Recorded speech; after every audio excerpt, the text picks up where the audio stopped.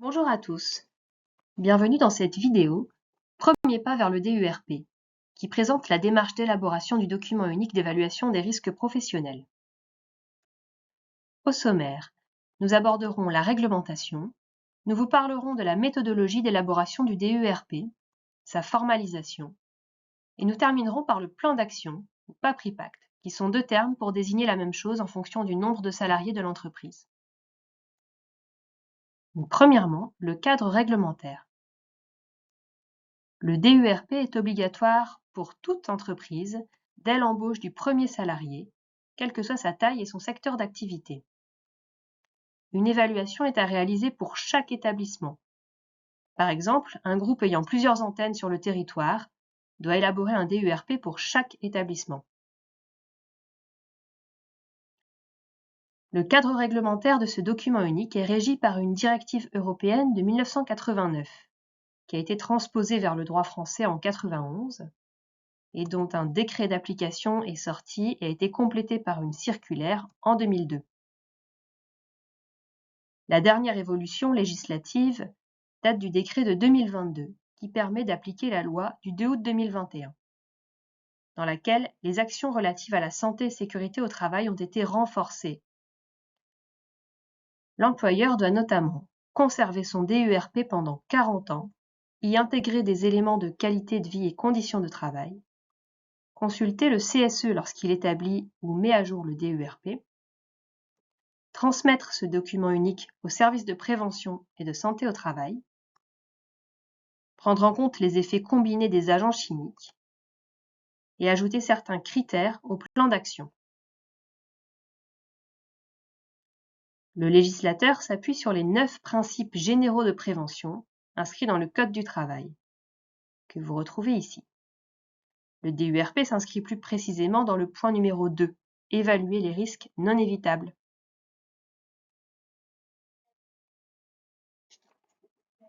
Les responsabilités civiles et pénales de l'employeur sont engagées, puisqu'il existe des sanctions pénales et contraventionnelles en cas de manquement.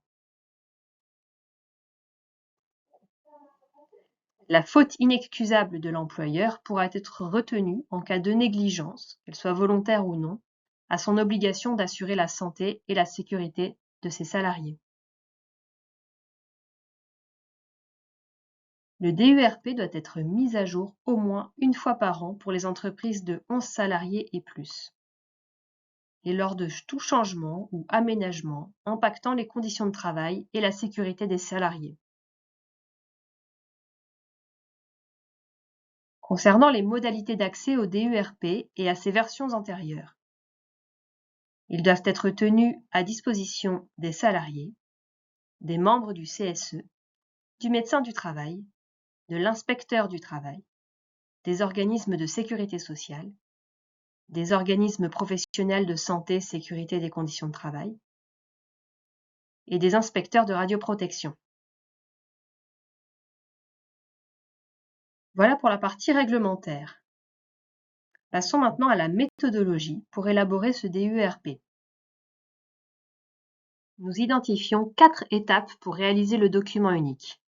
Il va falloir préparer l'évaluation, puis identifier et recenser les risques, les analyser et les hiérarchiser afin de préparer le plan d'action ou PAPRIPACT. Donc, comment s'y prendre pour préparer l'évaluation?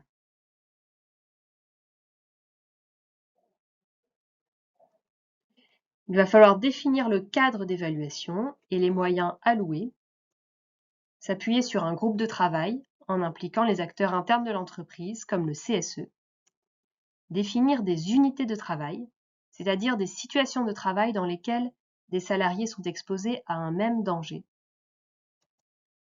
choisir des outils adaptés à l'entreprise en fonction de sa taille, sa culture, la nature des activités notamment, définir les moyens financiers alloués, éventuellement former des acteurs internes à cette évaluation ou à des outils, et communiquer sur cette action en interne auprès des salariés. La méthode retenue devra être simple et appliquée de façon identique à toutes les unités de travail. Certains documents de votre organisation pourront vous aider, comme le règlement intérieur, les fiches de poste, etc. Par ailleurs, des outils en ligne sont mis à disposition des organismes de prévention des risques professionnels et pourront vous être utiles. Par exemple, OIRA ou CIRICH pour évaluer le risque chimique. La CARSAT et l'INRS mettent également à disposition plusieurs outils en fonction des activités et des risques auxquels sont confrontées les entreprises, pour les aider dans cette évaluation. La deuxième étape, comment identifier et recenser les risques. Tout d'abord, en observant l'activité réelle au poste. Quelles tâches, avec quel matériel, quelle organisation et à quel endroit. Les lieux de travail peuvent être fixes comme des bureaux ou des ateliers, évolutifs comme des chantiers de construction ou mobiles lors d'interventions chez des clients par exemple. Échanger avec les salariés concernés permettra de recueillir davantage d'informations, notamment sur le travail réel, qui peut être différent du travail prescrit. En identifiant qui est exposé à ces risques et à quelle fréquence, et combien de personnes cela concerne, combien d'hommes, combien de femmes, car les effets de certains risques ont des atteintes à la santé qui sont différentes en fonction du genre.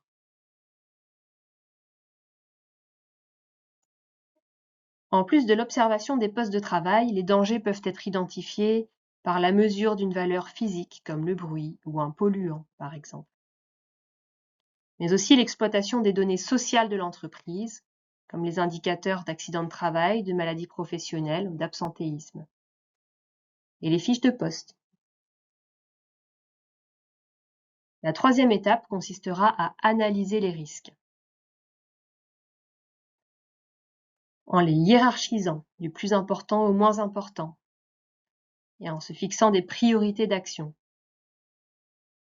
en suivant l'évolution de la maîtrise des risques dans le temps, ce qui sera utile lors des mises à jour du document unique également. Pour classer les risques, on tiendra compte de leur gravité, de leur fréquence et éventuellement du niveau de maîtrise du risque. Enfin, la quatrième étape, comment hiérarchiser ces risques. Il va falloir choisir un système de cotation des risques afin de leur donner un score et de pouvoir les classer par ordre de priorité à traiter.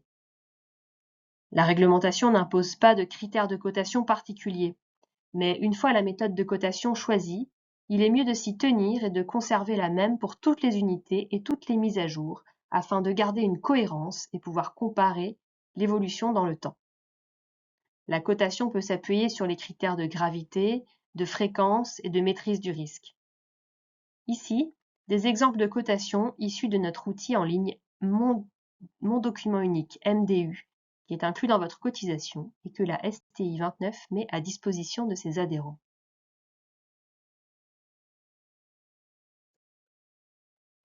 Le croisement des indices d'exposition et de gravité donne un score, la cotation brute, pour chacun des risques. Concernant la formalisation du DUERP. Le Code du travail n'impose pas la forme du DUERP. Elle est laissée libre. Cependant, il impose quelques exigences sur le fond. La cohérence, en regroupant en un seul document les risques professionnels auxquels sont exposés les salariés. La commodité, afin de faciliter le suivi des démarches de prévention.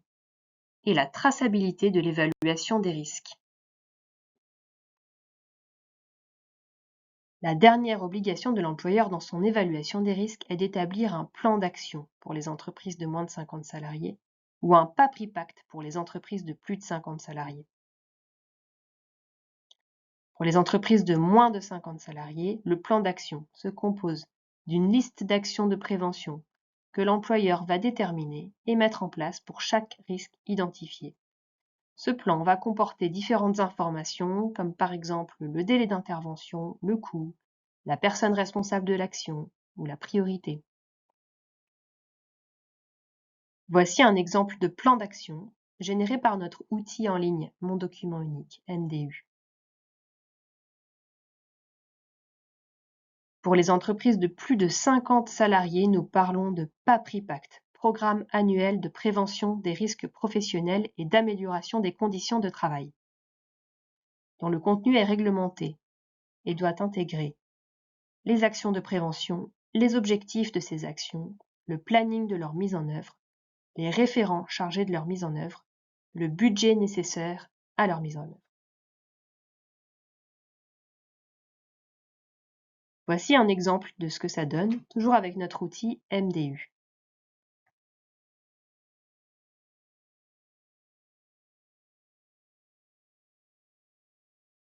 Cette vidéo s'achève ici, merci de l'avoir suivie. Nous espérons que cette démonstration vous a aidé à comprendre les grands principes et la méthodologie pour commencer votre DURP.